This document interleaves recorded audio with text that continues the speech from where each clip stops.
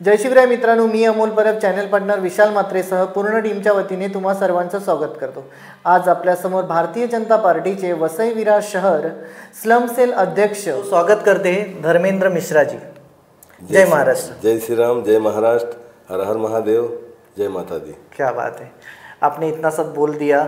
अभी जब हम लोग ये या तो हमारे जो चैनल देखते हैं सब लोग, और सेकंड थिंग ये बात होती है कि धर्मेंद्र मिश्रा यहाँ पे नायगांव क्षेत्र में, नायगांव इस क्षेत्र में जो या तो वसई विरार जिला आप जो बोलते हो, ये स्लम सेल अध्यक्ष जो भारतीय जनता पार्टी के आप स्लम सेल अध्यक्ष हो, और यहाँ पे 13 साल से आप काम कर रहे हो भारतीय जनता पार्टी के साथ।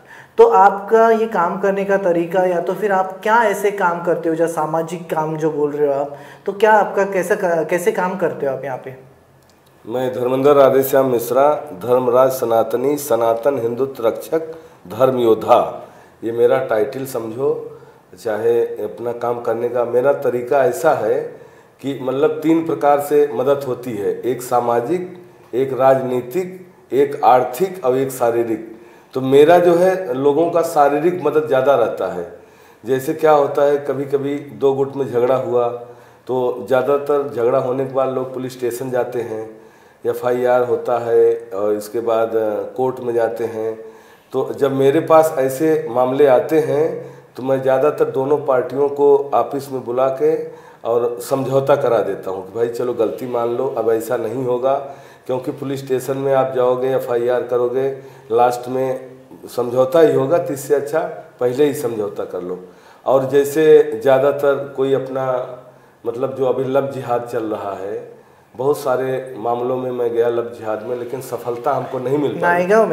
नायगांव में ऐसा बोल रहे हो आप, लव जिहाद चल रहा है नायगांव में? 1-2 मैटर में मैं गया था, लेकिन सफलता नहीं मिल पाई। क्योंकि अपना कानून ही ऐसा है कि अगर लड़की बालिग है और कोर्ट मैरिज करती है तो कोई कुछ कर नहीं सकता। वही थोड़ा सा मुझे शिकायत है कि ऐसे कानूनों से, क्योंकि माँ बाप बचपन से अपने बेटी को लाड प्यार से बड़ा करते हैं, पढ़ाते लिखाते हैं। और लड़की अगर 21 साल की बालिग हो गई तो अपने मन से फैसला कर सकती है, माँ बाप कुछ नहीं कर सकते। ये तो कानून ही है ना। नहीं तो इसमें कानून परिवर्तन होना चाहिए ना। तो आपको ऐसे लग रहा है कि ये कानून में परिवर्तन होना चाहिए कि परिवर्तन में क्या होगा फिर? जो 21 साल की लड़की है या तो फिर आप बोल रहे हो 20 साल की लड़की है, उसको खुद को सोचने का अधिकार है। वो आप बोल रहे हो कि वो नहीं होना चाहिए? नहीं होना चाहिए। इसलिए नहीं होना चाहिए कि माँ बाप 21 साल तक, सिर्फ लड़कियों को ही नहीं होना चाहिए, दोनों को, लड़की और लड़के को, दोनों को। लड़का भी अपने मन से शादी नहीं कर सकता। जिस अरमान से मतलब माँ बाप बच्चे को पढ़ाते लिखाते हैं, उसी से मतलब खुशी से वो शादी भी करेंगे। नहीं तो क्या होता है कि ऐसे शादियाँ जो लव मैरिज होते हैं, लव जिहाद होते हैं, वो आपने सुने होंगे कोई ज़्यादा दिन तक टिकते नहीं हैं। तो हमारी जो आपका काम क्या होता है? उनको आप रोकने की कोशिश करते हैं? रोकने की कोशिश करते हैं, लड़कियों को समझाते हैं, लेकिन हमको सफलता इसलिए नहीं मिल पाती है क्योंकि बीच में कानून आड़े आता है। तो आप ऐसा बोलते हो कि भारतीय जनता पार्टी के साथ आप हो, और ये जो पार्टी है वो संविधान पे चलती है, ऐसा बोला जाता है और बोलते भी है, आपके नेता बोलते हैं। तो आप बोलते हो ये जो कानून है, आप कानून के खिलाफ ही बोल रहे हो, ऐसा ही बात होगी? नहीं, तो मैं ये बोल रहा हूँ कि जब कानून बने थे, जब अपना देश आज़ाद हुआ 1947 में, तो जब देश के बंटवारे हुए तो धर्म के आधार पे हुए। तो धर्म के आधार पे हुए कि भाई आप जो है मुस्लिम लोग पाकिस्तान चले जाएं, हिंदू हिंदुस्तान में रहें। तो बंटवारा क्यों हुआ? अगर सबको साथ में ही रहना था। जैसे अभी एक अमरूद है, उसके आप 2 टुकड़े करोगे तो दोनों टुकड़े को अमरूद ही बोलेंगे। आप 1947 में चले जाएंगे तो प्रॉब्लम्स आ जाएंगे बहुत सारे कि क्यों हुआ, कैसे हुआ। बट अभी जो स्थिति है, अभी जो स्थिति क्या है कि भारत जो बना है, हिंदुस्तान जो बना है, उसमें बोला जाता है सर्वधर्म समभाव। यही एक्सेप्ट किया है सबने, संविधान को एक्सेप्ट किया हुआ है। तो भारतीय जनता पार्टी, जैसे आप नेता है एक, या तो फिर आप किसी लोगों के एक नेतृत्व कर रहे हैं, प्रतिनिधित्व कर रहे हैं आप किसी समुदाय के, या तो फिर हिंदी भाषिक हो गए या तो उत्तर भारतीय लोगों के। बट जब आप ऐसा बोलते हो कि ये कानून गलत है, उसको कि जो बच्चे हैं, जो 20 साल 21 साल के बच्चे, उनको शादी करने का या तो जो डिसीजन है वो उनको नहीं लेना चाहिए, ऐसा आपका बोलना है। अभी वो आप ये तो गलत हो जाएगा ना। बीच में अभी एक लिव रिलेशनशिप का आया, ये भी गलत है। देखिए क्या होता है कि समय के हिसाब से चाहे जो अभी मोबाइल हो उसको अपडेट करना पड़ता है, कानून हो उसको भी अपडेट करना पड़ता है। पहले लोग अच्छे थे। 1947 में जब संविधान बना था तो ये थोड़ी मालूम था कि मुसलमान भी यहाँ रहेंगे। नहीं, सो तो पता तो था। बंटवारा हुआ ना। आपके नॉलेज के लिए बता देता हूँ कि पाकिस्तान में जितने मुस्लिम है उससे ज़्यादा मुस्लिम हिंदुस्तान में है या भारत में है, और हंसी खुशी रह रहे हैं। नहीं हंसी खुशी नहीं, मेरी बात सुनिए। जब बंटवारा हुआ तो पाकिस्तान में हिंदू 23% थे, वो 3% पे आ गए, और यहाँ भारत में मुसलमान 3% था, आज कितना परसेंट हो गया? 3% नहीं, ये परसेंटेज आप देखो। नहीं, मतलब वहाँ संख्या हिंदुओं की कम हो रही है और यहाँ मुसलमानों की बढ़ रही है, क्योंकि नहीं, यहाँ पे कानून ऐसा है कि सबको सर्वधर्म समभाव इसके लिए ही बोला जाता है कि यहाँ पे मुस्लिम ही नहीं, हिंदू मुस्लिम सिख ईसाई सब लोग भाईचारा करके रहते हैं। ये बताइए, पूरे दुनिया में इस्लाम जो है 1400 साल पहले आया, आज 57 कंट्री इस्लामिक कंट्री है, सिर्फ 1400 साल पहले आया। और सनातन हमारा आदि और अंत इसका नहीं है, कब से है? 25 टुकड़े हो चुके भारत के। आज भी जो बचा है भारत छोटा सा, उसमें भी लोग लगे हुए हैं, ईसाई लगे हुए हैं, इस्लाम लगे हुए हैं। आप तो भाई एक सनातन का एक हिंदू राष्ट्र होना चाहिए ना।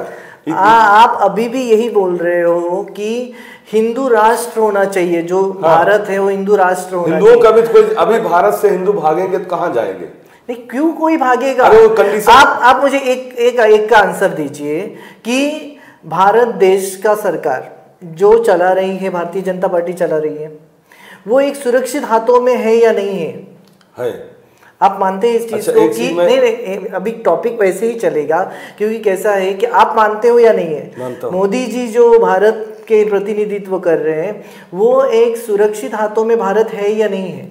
सुरक्षित हाथों में है, लेकिन उसका कारण ये है कि जब हम लोग सनातन से जुड़े हैं, जब महाभारत की लड़ाई हुई तो कृष्ण भगवान ने कौरवों का साथ क्यों नहीं दिया?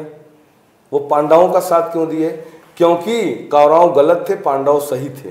तो वैसे जब रामायण हुआ, भगवान श्री रामचंद्र जी ने लंका दूसरे देश में है, वहाँ जाके रावण को मारे। हमारा ऐसा हम लोग बोलते हैं कि धर्म की जय हो, अधर्म का नाश हो।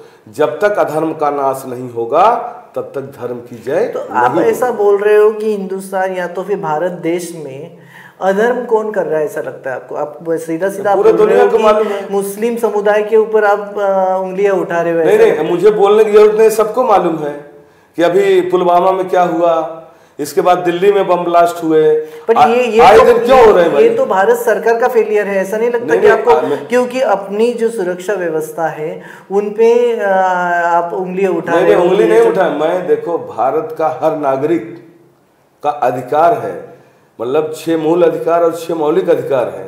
उसमें ये भी अधिकार आता है कि हम देश के बारे में सोचें, समाज के बारे में सोचें। हमारे पंत प्रधान जो यशस्वी प्रधानमंत्री नरेंद्र मोदी जी हैं, वो भी एक इंसान है, भगवान तो है नहीं। बट तो कभी कभी किसी कोई बोला जाता है कि वो भगवान के एक रूप है। ऐसा आप मानते हो क्या? मैं मानता हूँ। वो धर्म का काम कर रहे हैं तो हमारे लिए भगवान है। जो भी धर्म का काम करेगा वो मेरे लिए भगवान है, मैं उसका बारंबार प्रणाम करता हूँ। हमारे यशस्वी प्रधानमंत्री जी भारत के लिए बहुत अच्छा कार्य कर रहे हैं, उनको मैं प्रणाम करता हूँ। उत्तर प्रदेश मैं आपको वही क्वेश्चन की उत्तर प्रदेश के हमारे मुख्यमंत्री जो योगी आदित्यनाथ जी, वो बहुत अच्छा कार्य कर रहे हैं। आसाम के विश्वेश्वरैया शर्मा जी, वो बहुत अच्छा काम कर रहे हैं। तो जो अच्छा काम करेगा, एक चीज आप ये बोल रहे हो कि आके पूरा डिस्कशन जो है वो हिंदुत्व पे आके रुक रहा है। हाँ, जो भी आप अभी तक हमने 5 to 5 मिनट्स जो बातें की है अभी, वो जो मुद्दा एक है वो हिंदुत्व पे आके रुक रहा है। और भारतीय जनता पार्टी के ऊपर बोला जाता है, या तो फिर आप जैसे नेता हैं या तो फिर आप जैसे बात कर रहे हैं, वैसे और सारे नेता जो हिंदुत्व की बात करते और ऐसी टिप्पणियां करते कि जहाँ पे धार्मिक तेढ़ निर्माण होता है। जैसे मैं एग्जांपल देता हूँ कि हिंदू खतरे में है, बटेंगे तो कटेंगे, ये जो वर्ड जैसे आपने बोला कि योगी जी ने ही बोला था, बटेंगे तो कटेंगे, ये सब चीज़ें, उससे आपको नहीं लगता है कि ये सब चीज़ों पे यंगस्टर या तो फिर जो भारत की पीढ़ी है उसके ऊपर गलत असर पड़ता है? गलत असर नहीं पड़ता है। असल में ऐसा है कि हिंदू जो होता है उदारवादी होता है और एक दूसरे की मदद करता है। बट वो भी तो दूसरे अच्छा, धर्म एक की चीज भी बताइए, जो बलि दी जाती है वो बकरे की क्यों दी जाती है, मुर्गे क्यों दी जाती है, शेर की क्यों नहीं दी जाती? तो ये तो मुझे उसका पता कारण नहीं होगा है, ना, बट क्योंकि जो विरोध नहीं करता है उसी की बलि दी जाती है। अब समय मतलब आप ऐसा बोल रहे हो कि हिंदू विरोध नहीं करता इसके लिए उसकी बलि दी विरोध जाती है? करता है। हमारी लड़कियों को लोग बहला फुसला के ले जाएंगे, शादी करेंगे, 1-2 साल बाद काट के वहाँ उनको फ्रिज में रख देंगे। आपने कितने मैटर रोज आए दिन देखो समाचारों में आते रहते हैं। तो वो बट ये जो बातें हैं ये हिंदू धर्म, आप बोल रहे हो कि हिंदू जो लड़कियां हैं उनके घर के बड़े लोगों को उनको अच्छी सीख देनी चाहिए, ऐसा आपको नहीं लगता? हाँ। कि जो कायदे के ऊपर हम लोग बोलते हैं कायदा ऐसा होना चाहिए कि उनको डिसीजन नहीं लेना चाहिए, ये तो गलत हो जाएगा कि यूथ जो होता है 18 साल के बाद वो वोट कर सकता है, ये कायदा है। उसके बाद 18 साल के बाद 21 साल के बाद ये सोच सकता है कि मेरा लाइफ पार्टनर या तो मैं किससे शादी करूं और किससे शादी नहीं करूं, ये उसका एक हक है और वो आप बोल रहे हो उससे छीन लिया जाए। हमारे देखिए सनातन धर्म में 2 प्रमुख हैं। एक भगवान श्री कृष्ण जो कहते हैं कि सठे साठ्यम समाचरेत, और दूसरे भगवान श्री रामचंद्र जी वो कहते हैं कि भय बिन होय न प्रीत, बिना भय के प्रीत नहीं हो सकती। अभी ऐसा कानून बन जाए कि कोई लव जिहाद करेगा उसको फांसी हो जाएगी, तो लव जिहाद होगा ही नहीं। ऐसा कानून बन जाए कि कोई किसी का मर्डर करेगा तुरंत फांसी हो। दुबई में तो नहीं हो रहा है, भारत में क्यों हो रहा है आए दिन अत्याचार? और किसी को आपने सुना भारत में फांसी होती है? तो आप ऐसा बोल रहे हो कि भारत का कानून बदलना तो चाहिए। कानून व्यवस्था पे आप टिप्पणियां कर रहे हो हाँ, कि वो गलत है, परिवर्तन होना चाहिए, उसमें परिवर्तन होना चाहिए, ऐसा बोल रहे हो? अपडेट होना चाहिए। अभी मोबाइल है वो अपडेट होता रहता है, वैसे कानून भी अपडेट होना चाहिए था हमारे। तो आप खुद एक संविधान को मानते हो आप? हाँ, संविधान को मानता हूँ। संविधान अच्छा है, बहुत बढ़िया संविधान है। तो संविधान को मानते हो तो संविधान में तो ये बातें हैं। हाँ, या तो वही तो है, तो आप ऐसा बोल रहे हो कि वो चेंज होना चाहिए आपको, ऐसा? अच्छा, एक चीज बताए, बच्चा पैदा होता है, जवान होता है, बुढ़ा होता है, उसके बाल पक जाते हैं, सफेद हो जाते हैं, तो उसको काला करता है, दांत टूटते हैं, दांत लगवाता है, तो क्या करे? प्रकृति ने दांत तोड़ दिया, दूसरा नहीं लगवाएगा। तो समय के हिसाब से जैसा समय की मांग हो वैसा कानून में परिवर्तन होना चाहिए। और ये जो बातें आप बोल रहे हो, आप कभी आपके वरिष्ठ जो है, जो भारतीय जनता पार्टी के वरिष्ठ नेता है, कभी उनसे आपने बात की है कि? हाँ, सबको मालूम है कि मैं हिंदुत्ववादी हूँ। मैं आपकी बात नहीं कर रहा हूँ, जो बाकी जो वरिष्ठ नेता आपके हैं, कभी आपने इस मुद्दों पे बात की है उनसे कि उनका ओपिनियन क्या लगता है, वो क्या बात करते हैं वो इस बारे में? नहीं, असल में अगर देखा जाए तो भारतीय जनता पार्टी हिंदुत्व की ही वजह से आज सरकार में आई है। जय श्री राम का नारा हमारा प्रमुख है। अयोध्या में मंदिर बनाया गया नरेंद्र मोदी जी की वजह से। कश्मीर में 370 हटाया गया, और भी जितनी कुरीतियां हैं वो धीरे धीरे खत्म होंगी। बट अभी एक आपको बताता हूँ कि करप्शन जो है, अभी आप एक मुद्दा तो आपको पता है कि जिन लोगों पे करप्शन के आरोप लगे हैं बाकी पार्टी के, मैं ये नहीं बोल रहा हूँ कि भारतीय जनता पार्टी के लोगों पे, अलग जो पार्टियां हैं उनके ऊपर करप्शन के आरोप लगे हैं और उसके बाद उनको भारतीय जनता पार्टी में लिया जाता है और ऐसा बोला जाता है कि भारतीय, जैसे बाकी पक्ष के लोग हैं वो बोलते हैं कि ये तो वॉशिंग मशीन हो गया, उसमें धुल के आ गए सब नेता। नहीं, उसमें कैसा है, तो आप उस बारे में क्या सोचते हो? उस बारे में देखिए कैसा है कि जैसे अगर कोई मतलब गलत है, जब रावण सीता जी को चुरा के ले गया तो राम ने बहुत समझाया, अंगद ने समझाया, तो अगर वो समझाने के लिए आप आपके पार्टी में ले रहे हो ना। हाँ, अगर वो गलती मान ली भाई ऐसा नहीं तो बट दूसरों के पार्टी में रह के भी तो समझा सकते हो ना आप, नहीं समझ जाओ करके। हर पार्टी की एक विचारधारा होती है, तो मैं वही तो पूछ जैसे आप मंदिर में जाएंगे तो आपकी विचारधारा भगवान के प्रति रहेगी, मस्जिद में जाएंगे तो वहां की भावना आ जाएगी, तो उस जगह का फर्क होता है। तो आप ऐसा बोल रहे हो कि आप करप्शन किया है आपने अभी, तो भारतीय जनता पार्टी में आ जाओ, फिर आपको सुधरने का मौका मिलेगा। देखिए, ऐसी बात है, मतलब करप्शन करो आप। नहीं, करप्शन वाले को तो हम लेते नहीं है ज्यादातर। मैं आपको एग्जांपल दूं, एग्जाम्पल बहुत सारे हैं कि जैसे अभी ये कांग्रेस पार्टी के अशोक चौहान जी है जिनके ऊपर आरोप हुआ, नारायण राणे जो है वो आपके पार्टी में है, तो तो उनके ऊपर जब आरोप हुए तो वो सब जो जिनके जिनके ऊपर बड़े बड़े करप्शन के आरोप हैं और लगे हुए, वो सब लोग भारतीय जनता पार्टी में आ गए। अब हमारे क्या है, हमारे वरिष्ठ जो हैं अपना लेवल तो वहां तक है नहीं। नहीं, मैं ये सोच रहा हूँ ये एक नॉर्मल पर्सन या तो ग्राउंड लेवल के आप कार्यकर्ता है, आप क्या सोचते हो ये इंपॉर्टेंट होता है। देखो मेरी नहीं, आपने क्या बोला, आपने मुझे ये बोला कि आप हिंदुत्व के बारे में बहुत सारी चीजें करते हो और आप हिंदुत्व या तो फिर हिंदुत्व धर्म बचाने के लिए योद्धा का काम कर रहे हो। तो धर्म योद्धा आप हो, ऐसा आप सबको बोलते हो। और मैंने भी देखा है आपके वीडियोस में बोला जाता है कि धर्मेंद्र मिश्रा धर्म योद्धा करके। सिर्फ धर्म के लिए इतनी सारी भावना आपके पास है, बट ये जो करप्शन हो रहा है या तो शिक्षा का विषय है, आरोग्य का विषय है, इस पे आप क्यों नहीं फोकस करते? इसमें लोगों का काम दिया गया है, बाकी लोग कर रहे हैं, तो आपको अलग काम दिया गया है सब। मैं बता रहा हूँ, देखिए अपना जो भारतीय संविधान है इसमें धर्मनिरपेक्षता शब्द इंदिरा गांधी ने जोड़ा था इमरजेंसी लगा के। इसके पहले संविधान में धर्मनिरपेक्षता नहीं था।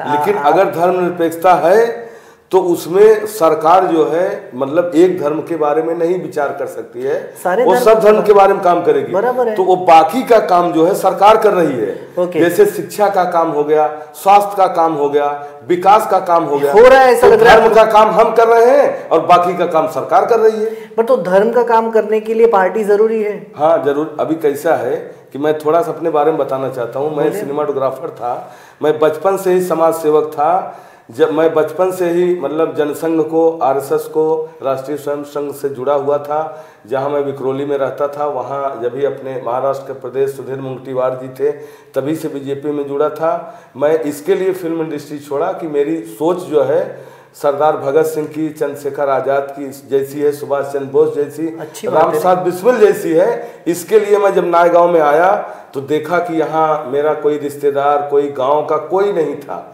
मैं एक ऐसे ही चला आया यहाँ और यहाँ देखा कि यहाँ भारतीय, मैं ये सोचा कि मैं धर्म का काम तो समाज का काम करता हूँ, लेकिन अगर किसी मतलब पार्टी या संस्था से जुड़ के करूँगा तो ज़्यादा अच्छा रहेगा।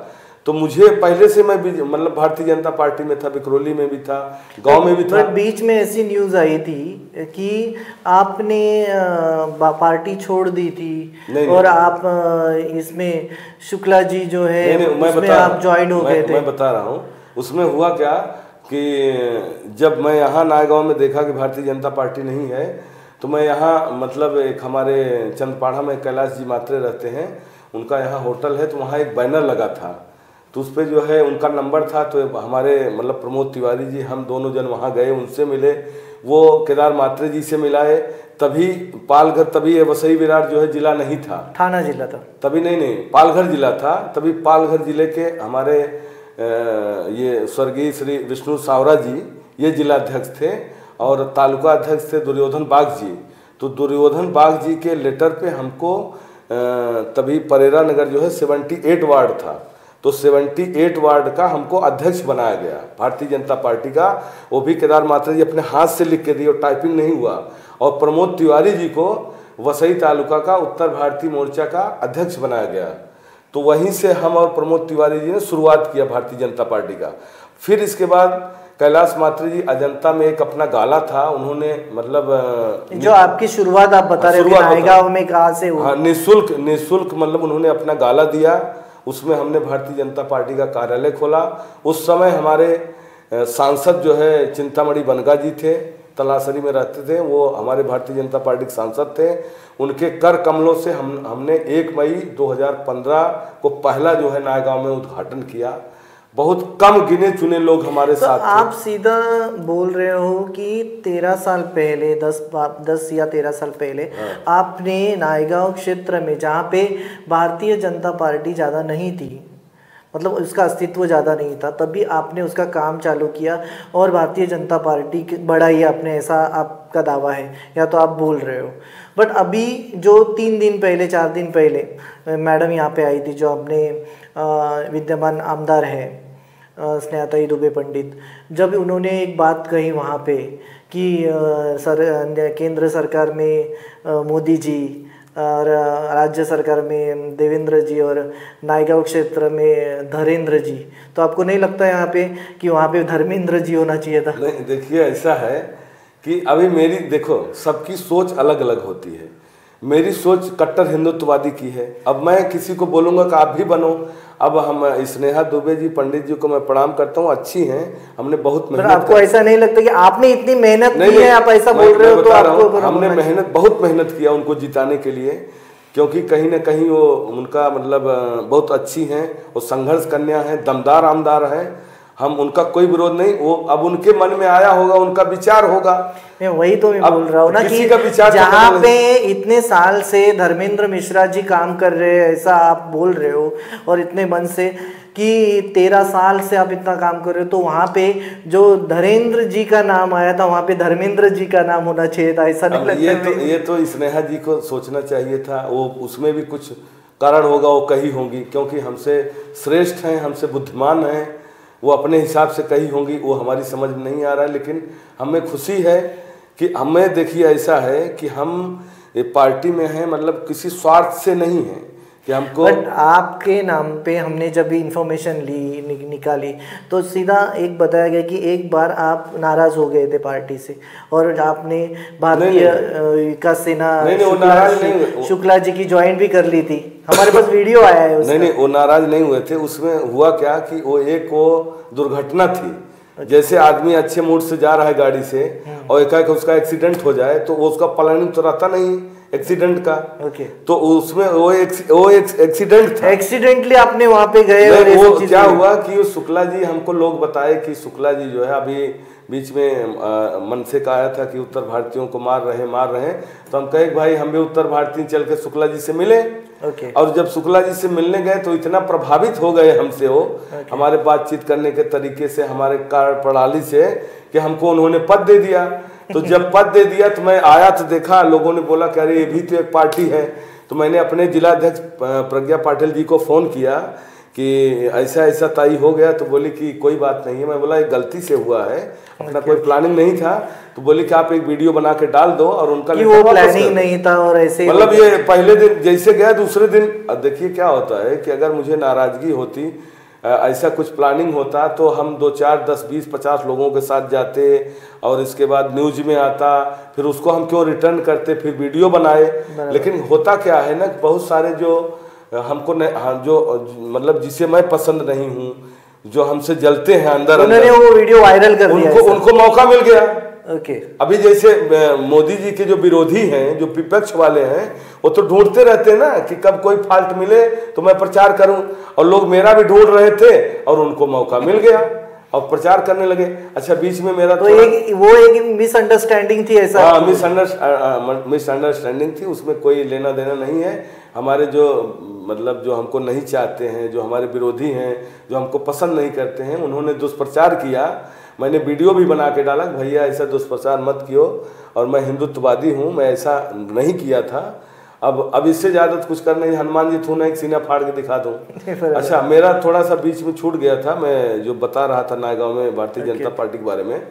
तो पहला पद मुझे जो है 78 वार्ड का वार्ड अध्यक्ष का मिला। दूसरा पद जो है वसईपुर मंडल का मैं महामंत्री बना।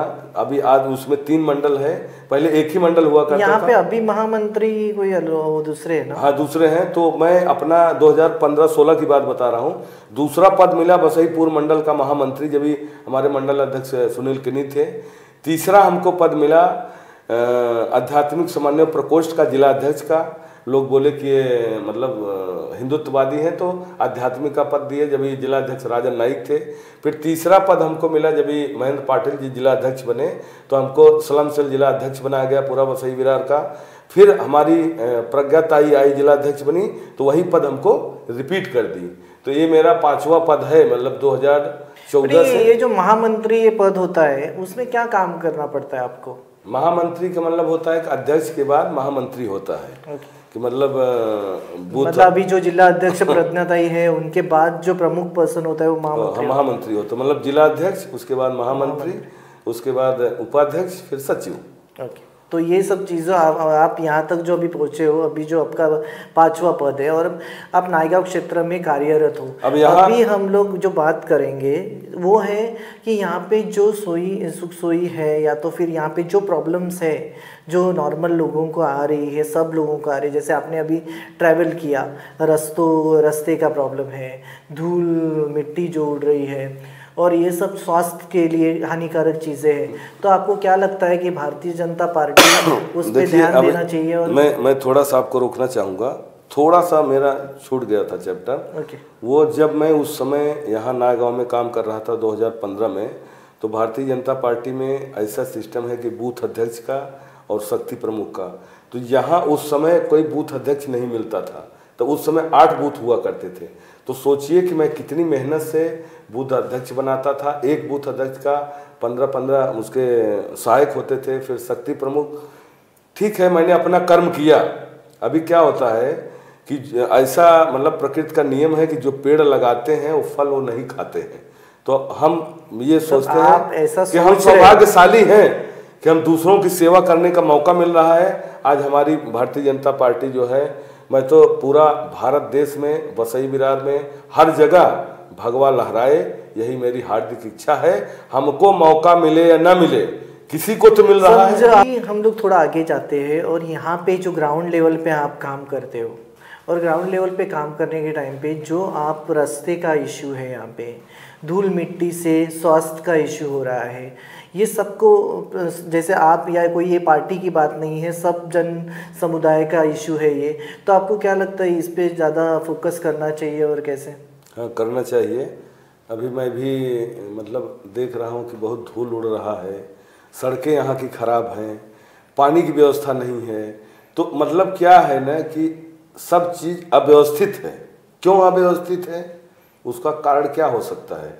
अभी भारतीय जनता पार्टी हमारी स्नेहा दुबे जी अभी आई, 1 साल हो रहा है। तो आते ही ऐसा तो है नहीं कि मतलब अलादीन की चिरा मतलब घुमाएंगी छड़ी तुरंत हो जाएगा। और तो आपको ऐसा लगता है कितना टाइम उनको चाहिए? मैं बता रहा हूँ, जो अभी इसके पहले हम लोगों ने बात किया कानून व्यवस्था की, जो बच्चियों के बारे में, यहाँ भी वही आड़े आता है। जैसे कानून व्यवस्था ही आ रही है। नहीं, कानून व्यवस्था नहीं, जो संविधान का ऐसा सिस्टम है वो मकड़ जाल वाला है कि जैसे एक रोड पास होगा तो इंजीनियर का सिग्नेचर चाहिए, फिर इनका सिग्नेचर चाहिए, तो वहाँ फाइल जाएगी। तो सरकारी काम इतना आसान नहीं होता है। अगर एक ही आदमी, कभी जैसे अमेरिका में कैसा है, मतलब प्रजातंत्र 2 होता है, एक एकात्मक एक संघात्मक। तो जो संघात्मक होता है उसमें इतने मकड़ जाल होते हैं कि एक रोड बनाने के लिए सालों लग जाते हैं। अभी वो इंजीनियर फिर भी स्नेहा दुबे जी अपने निधि से हर रोड का काम हो रहा है। अभी ये जो स्टेशन से डॉन बॉस्को वाला है, ये डामरीकरण हो रहा है, पैचवर्क चालू। अभी मैं देखा, और वो जो स्टेशन से परेरा नगर आता है वो डामरीकरण हो गया। तो ये अपने निधि से करवा रही हैं ये। लेकिन कैसा है ना कि ये इसका मकड़ जाल का सिस्टम महानगर पालिका का, और इस समय जो है, अभी इसके पहले महानगर पालिका का इलेक्शन नहीं हुआ, आयुक्त के ऊपर चल रहा है। अभी समझो, अभी जो ये चुनाव जो आ रहे हैं, महानगर पालिका के चुनाव जो है, आपको ऐसा लगता है कि भारतीय जनता पार्टी आ सकती है इसमें? हाँ, भारतीय जनता पार्टी आ सकती है। उसका कारण ये है कि परिवर्तनशील संसार का नियम है। वसई विरार महानगर पालिका में जो दूसरे सत्ताधारी थे, अगर वो लोग काम किए होते, अगर सड़कें बनवाए होते, तो आज क्या धूल उड़ती? पर उन्होंने बनाए ना। नहीं बनाए। अरे भाई, एक सड़क आप कितना, एक सड़क बनाते हैं तो सड़क की उम्र कितनी होनी चाहिए? कम से कम 50 साल, 20 साल। तो हमको तो नहीं लगता है 20 साल की सड़क है, ऐसा लगता है यहाँ कोई सड़क ही नहीं है। खाली अभी जो बाद में जो अभी बनेगी सड़क, आपको लगता है कि अच्छी बन सकती है? वो कंक्रीट बनेगी, वो अच्छी सड़क बनेगी, बट कंक्रीट बनाने के लिए उम्र होगी 50 साल तक, खराब नहीं होगी। तो पुरानी पहले जो सत्ता में थे महानगर पालिका में, क्या उनका धर्म नहीं था सड़क बनवाना, पानी देना? और भी जो गटर, नायगांव में बारिश आता है तो गटर है ही नहीं है, मतलब वो ड्रेनेज लाइन ही नहीं है पानी निकलने का। और यहाँ अभी जब आपके जो पार्टी के आमदार है स्नेहा दुबे पंडित, उन्होंने बोला है कि जब यहाँ से वामन दाबा से लेके जो बोईदापाड़ा जो रोड बनेगा, उसमें गटर, साइड में गटर होगा, तो अच्छी बात है कि उसमें और अच्छा रास्ता बन जाए। आप एक चीज़ ये समझ लीजिए, यहाँ कोई अच्छा हॉस्पिटल नहीं है नायगांव में, मतलब यहाँ कोई शौचालय नहीं है, यहाँ जो है कोई अच्छा ढंग का स्कूल नहीं है। मतलब आप ऐसा बोल रहे हो, पब्लिक स्कूल बोल रहे हो? पब्लिक स्कूल मतलब जो स्कूल है इतने महंगे हैं। अभी 7 स्क्वायर स्कूल हो गया, एक ठाकुर का खुला, ये लोग इतने कॉस्टली हैं कि नायगांव में पैसे वाले नहीं, गरीब लोग रहते हैं ना भाई, कहाँ से अपने बच्चे पढ़ाएंगे? आपको आवाज़ उठाना चाहिए ना उस चीज़ों पे कि कुछ कम करे। वो जो प्राइमरी स्कूल के लिए भी इतनी फीस जो वो नहीं कम, उनको बोलता है पढ़ाना पढ़ाओ, नहीं तो मत बताओ अपने बच्चों को। और तो बट आपका एक लोक प्रतिनिधि करके एक दायित्व होता है कि पूरे लोगों को संगठित करे और उसके ऊपर एक आवाज़ उठाए कि शिक्षा जो है वो शिक्षा का व्यापार हो रहा है, सीधा सीधा दिख रहा है। कैसा है मैं बता दूं कि आज के जितने लोग हैं 99% ना, वो पर्सनल इंडिविजुअल अपने स्वार्थ के लिए परेशान है। आप एक चीज़ ये बताइए कि एक गरीब आदमी नगर सेवक बनता है, एक गरीब आदमी, मैं ये नहीं बोल रहा हूँ, मैं किसी पार्टी का नाम नहीं ले रहा हूँ, एक गरीब आदमी विधायक बनता है, 5 साल 10 साल में, और अरबपति कहाँ से बन जाता है? कहाँ से पैसा आता है? न उसकी फैक्ट्री चलती है, न कंपनी चलती है। ये तो सब पक्ष में हो रहा है, ऐसा क्यों हो रहा है ना? ये मैं ऐसा नहीं हूँ कि मैं भारतीय जनता पार्टी में हूँ तो मैं मतलब जो गलत रहेगा वो गलत है, सही है तो आप ऐसा बोल रहे हो कि भारतीय जनता पार्टी में भी ऐसा हो रहा है? ऐसा नहीं हो रहा है। आपने बोला कि सब पार्टी पे हो रहा है। भारतीय जनता पार्टी में ऐसा नहीं हो रहा है, इसीलिए तो काम हो रहा है, इसीलिए तो 15 साल से नरेंद्र मोदी जी बने हुए हैं। ऐसे भी लोग हैं कि जो भारतीय जनता पार्टी के साथ जो पक्ष जुड़े हुए हैं उनके घर में पैसों की बैग्स मिल रहे हैं। हाँ, पहले वो लोग थे जब भारतीय जनता पार्टी में नहीं जुड़े थे, लेकिन जब से हमारे साथ आ गए, देखो अगर आप आपके साथ आने के बाद की नहीं, देखो मैं क्या होता है कि देखो जैसे लोहा है, लोहे को अगर आप पानी में डालोगे डूब जाएगा, लेकिन अगर वो किसी लकड़ी के साथ में डालोगे उसको तो नहीं डूबेगा। तो संगत का ऐसा असर होता है। तो हमारी पार्टी गलत लोग भी आते हैं तो सही हो जाते हैं। और मजबूरी ये है उनको लेना, क्योंकि आज का सिस्टम ये है कि भाई वोटिंग वाला है, जिसको ज्यादा वोट मिलेगा वही जीतेगा, तो वोट की जरूरत पड़ेगी ना। सब लोग भी वही, जो विपक्ष जो है वो बोल रहा है कि वोट चोरी का आरोप किया जा रहा है आपके पक्ष के ऊपर है ना, वो सब उसमें क्या लगता है, उसमें तथ्य है? ऐसा है ना कि देखो अपने एक चीज़ ये भी मैं बता रहा हूँ कि ये भी एक गलत बता दिया है कि लोग जो हैं ये जो बोलने का अधिकार है ना, अपने हमारे देश भारत में ना आवश्यकता से अधिक आज़ादी मिल गई है। मतलब आपको ऐसा बोल रहा है कि अभिव्यक्ति स्वतंत्र जो दिया गया है वो भी नहीं देना चाहिए? आज सोचो, नहीं देना चाहिए, लेकिन इतना भी मत बोले कि हमारे मोदी जी के खिलाफ बोले। मोदी जी के खिलाफ लोग बोले, उनको कोई सजा क्यों नहीं हुई? नहीं, आप देखो कि सेवक मोदी जी ये देश के सेवक है, उनको कोई गाली देगा? नहीं, गाली नहीं, गाली देगा तो उसको सजा मिलनी चाहिए। गाली देने का स्वतंत्र किसी को नहीं है, ये देखिए आप लोग देते हैं, बट देना है तो उसके ऊपर कार्रवाई होगी। बट अभिव्यक्ति स्वतंत्र क्या बोलते हैं? अभिव्यक्ति स्वतंत्र इसके लिए बोलते हैं कि अपनी बात, या तो फिर सपोज किसी चीज पे कुछ अपनी बात रखनी है किसी को तो खुले मन से, बट एक भाषा, जो भाषा होती है उसका उपयोग अच्छी तरह से करे, कोई अभद्र भाषा उसमें यूज ना हो।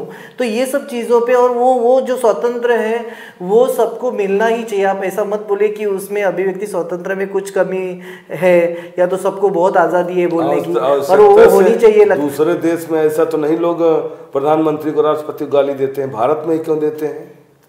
भारत में आवश्यकता से अधिक, तो भारत की खूबी है, खूबी नहीं है ये आप ये इस तरह से नहीं, ये भारत की खूबी है कि एक सामान्य व्यक्ति अपने प्रधानमंत्री जी को सवाल कर सकता है, उनके बारे में जो वो कोई भी डिसीजन ले उस डिसीजन के ऊपर वो अपना मत व्यक्त कर सकता है। यही तो भारत है। एक चीज बताइए, यही तो भारत है, लेकिन भारत के क्यों 25 टुकड़े हुए और क्यों दूसरे देश के टुकड़े नहीं हुए? आज अमेरिका, इंग्लैंड, उन लोगों के टुकड़े क्यों नहीं हो रहे? क्योंकि बहुत सीधा साधा बनना, बकरे की बलि। देखो मैं बता रहा हूँ, सीधा सीधा ये बोल रहे हो कि लोकशाही के अपोजिट आप बात कर रहे हो। नहीं, अपोजिट नहीं, और लोकशाही रहे, ऐसा लग रहा है कि हुकुमशाही, जैसे आप बोलोगे दुबई की बात करेंगे, लोकशाही रहे, लेकिन उसमें भी नियम कानून रहे, कुछ बाउंडेशन रहे कि बहुत किसी को आवश्यकता, जो बड़े पद पे हैं उनको आप अपशब्द नहीं बोल सकते। अच्छा केस होगा, अपशब्द कोई मोदी जी को अपशब्द बोले, केस हुआ, क्या हुआ केस में?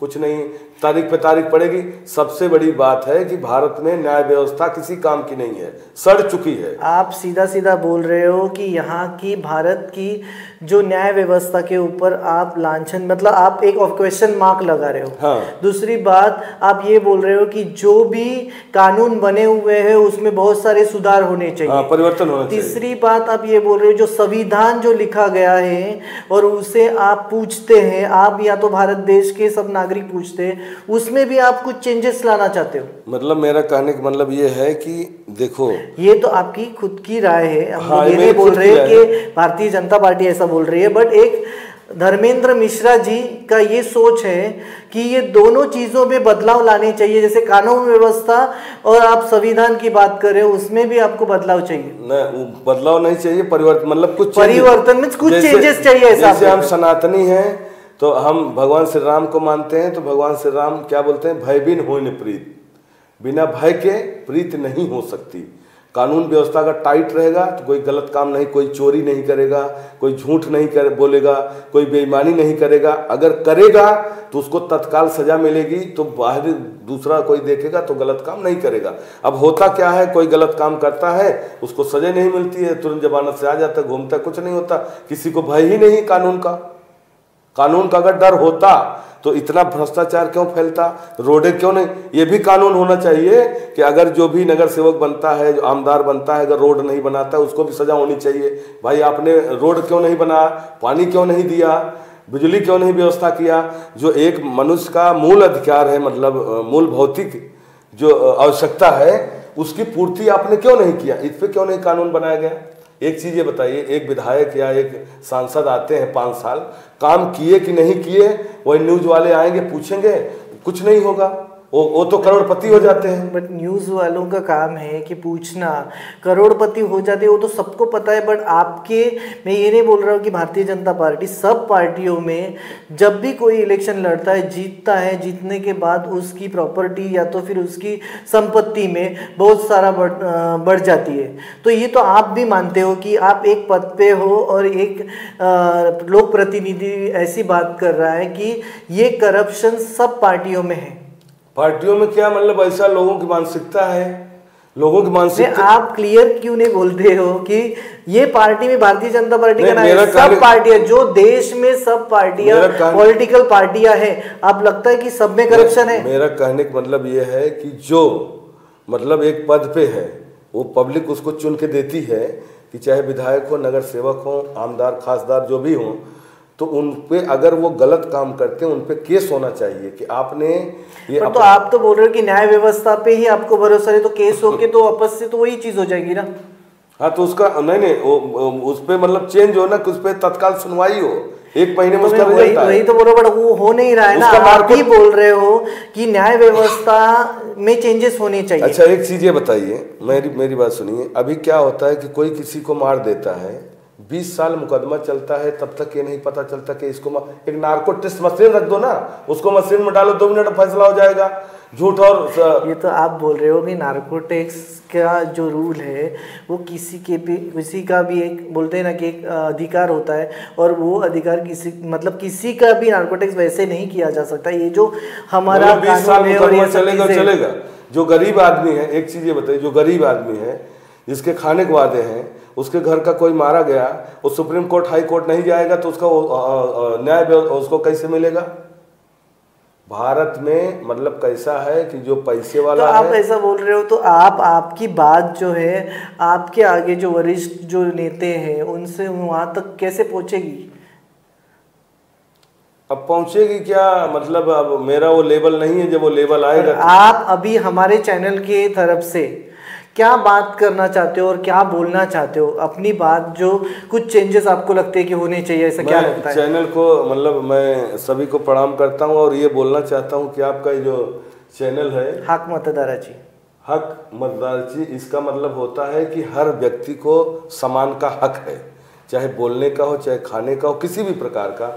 तो मैं आप लोगों का, आपके चैनल को मैं प्रणाम करता हूं, नमस्कार करता हूं कि आप ही लोग ऐसे हैं कि जो लोगों के दिल की बात बाहर निकालते हैं और सब लोग अपने हक का बात बोलते हैं।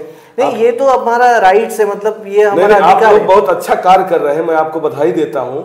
कि मतलब मीडिया जो है ये चौथा स्तंभ है, चौथा स्तंभ है, ये अपना प्रजातंत्र का चौथा स्तंभ है। और आप लोग ऐसे ही काम करते रहिए। अभी यहाँ जो है भारतीय जनता पार्टी का विधानसभा, हम लोग पहले लोकसभा जीते, फिर विधानसभा, फिर अभी अपने डॉक्टर हेमंत सावरा जी जो हमारे की यशस्वी सांसद हैं, बहुत अच्छा कार्य कर रहे हैं। इसके बाद हमारी विधायिका आमदार दमदार आमदार संघर्ष कन्या स्नेहा ताई जी बहुत अच्छा कार्य कर रही हैं। फिर इसके बाद अभी जो है ये चुनाव होने वाला है महानगर पालिका का, इसको भी हम लोग जो है महानगर पालिका भी लेंगे और भारतीय जनता पार्टी का ही महापौर बनेगा, भारतीय जनता पार्टी का भगवा लहराएगा। और रही बात टिकट की, तो किसी को भी टिकट मिलेगा, अपना वोट सिर्फ कमल को जाएगा। मैं हमेशा कमल लगा के रखता हूँ, क्योंकि अपना नगर सेवक, अपना विधायक, अपना सांसद सब कमल है। अपने को सिर्फ कमल से मतलब है, किसको टिकट मिलता है किसको नहीं मिलता है उससे अपने को लेना देना नहीं है। हम आशा करते हैं कि आपको टिकट नहीं, मुझे देखो, पार्टी उस योग्य समझेगी तो देगी, अगर नहीं देगी तो जिसको मिलेगा उसको हम जिताएंगे। और मैं ये खुश हूँ कि भारतीय जनता पार्टी आनी चाहिए, कोई भी आए। ये मुझे गिला शिकवा नहीं है कि मैं 20 साल से हूँ तो मुझे ही सब कुछ बनाया जाए, ऐसा नहीं है। ये सब मतलब पार्टी के ऊपर है, पार्टी सर्वेक्षण कराती है, जो उस योग्य आएगा उसको टिकट दिया जाएगा। और जिसको टिकट दिया जाएगा, सब हमारे भारतीय जनता पार्टी एक ऐसी पार्टी है कि ये पार्टी नहीं परिवार है, संस्था नहीं संस्कार है। इसमें जातिवाद नहीं है, लिंगवाद नहीं है, भेदभाव नहीं है, भाषावाद नहीं है, क्षेत्रवाद नहीं है। अब मैं उत्तर प्रदेश का हूँ, लेकिन मुझे इतना बड़ा पद दिया गया है, सोचिए, स्लम सेल जिलाध्यक्ष का। अगर ऐसा ये क्षेत्रवाद करती, ऐसा करती, पद नहीं देती। तो ये ही ऐसी पार्टी है कि इसमें सबको हक बराबर का दर्जा दिया जाता है, कोई भी होने दो। न इसमें जातिवाद है, न क्षेत्रवाद, कुछ नहीं। जो अच्छा काम करेगा ईमानदारी से, मेहनत से, लगन से, उसको भारतीय जनता पार्टी अच्छे पद देती है, अच्छा उम्मीदवार बनाती है। और मैं भारतीय जनता पार्टी का बारंबार प्रणाम करता हूं कि हमारे यशस्वी नरेंद्र मोदी जी और जेपी नड्डा जी जो शीर्ष पद पे बैठे हैं, बहुत अच्छा कार्य कर रहे हैं। महाराष्ट्र में देवेंद्र फडणवीस जी, और हमारे जो भारतीय जनता पार्टी के महाराष्ट्र के अध्यक्ष हैं रविंद्र चौहान जी, और इस पालक मंत्री हैं पालघर के गणेश नाइक जी, बहुत अच्छा कार्य कर रहे हैं। इन लोगों को मैं बार बार प्रणाम करता हूं। मैं एक जमीनी स्तर का बहुत छोटा सा कार्य करता हूं, और ये मैं जो अभी बोला ये मेरी मतलब स्वयं खुद की राय है, ये स्वयं की राय है। अगर इससे किसी को कुछ ठेस पहुंचा हो, बुरा लगा हो, उसके लिए मैं क्षमा चाहता हूं। और जब मैं उस योग्य हूँगा, जब मुझे पावर मिलेगा, तब ये चेंजेस करेंगे आप, ऐसा लग रहा है? अगर महादेव की कृपा हुई, क्योंकि मैं महादेव का, माता जी का बहुत बड़ा भक्त हूँ, श्री राम का, हनुमान जी का। हनुमान जी ने भगवान राम की इतनी सेवा किया, इतनी सेवा किया कि आज हनुमान जी की पूजा हो रही है। तो मेरी भावना वही हनुमान जी वाली है कि मैं निस्वार्थ भाव से पार्टी की सेवा कर रहा हूँ, और मुझे कोई लालच नहीं है। और हनुमान जी ने इतना काम किया, लेकिन बोले मैं कुछ नहीं किया, सब प्रभु आपने किया। वैसे मैं कुछ नहीं किया हूँ, जो भी काम हुआ है सब भारतीय जनता पार्टी ने किया है। मैं सिर्फ और सिर्फ एक छोटा सा समर्पित कार्य करता हूँ भारतीय जनता पार्टी का। आप यहाँ पे आए, जो आपने टाइम निकाला है यहाँ पे हमारे लिए, इसके लिए धन्यवाद। जय महाराष्ट्र। जय महाराष्ट्र, हर हर महादेव, भारत माता की जय। एक चीज़ और बोलना चाहता हूँ कि मैं मतलब पर्सनल ये सोच है कि भारत जो है ये कोई भूमि का टुकड़ा नहीं है, ये जीता जागता एक युग पुरुष है। ये तर्पण की भूमि है, ये अर्पण की भूमि है। यहाँ नदी नदी गंगा है, कंकड़ कंकड़ शंकर है। हम जिएंगे तो भारत के लिए, मरेंगे तो भारत के लिए। मरने के बाद भी अगर कोई बहती हुई गंगा जी में कान लगा के पूछेगा तो मेरी हड्डियों से एक ही आवाज आएगी, भारत माता की जय, भारत माता की जय। क्या बात है। और मैं एक छोटा सा बोलना चाहता हूँ कि जो हमारे बारे में नहीं समझ पा रहे मैं कौन हूँ, क्या हूँ, तो ये उनसे मैं प्रार्थना करता हूँ कि जो समझ न सके इन आँखों को, वो बात जबानी कह देंगे, कुछ दूर हमारे साथ चलो, हम अपनी कहानी कह देंगे। Thank you. जय श्री राम, हर हर महादेव, भारत माता की जय, वंदे मातरम।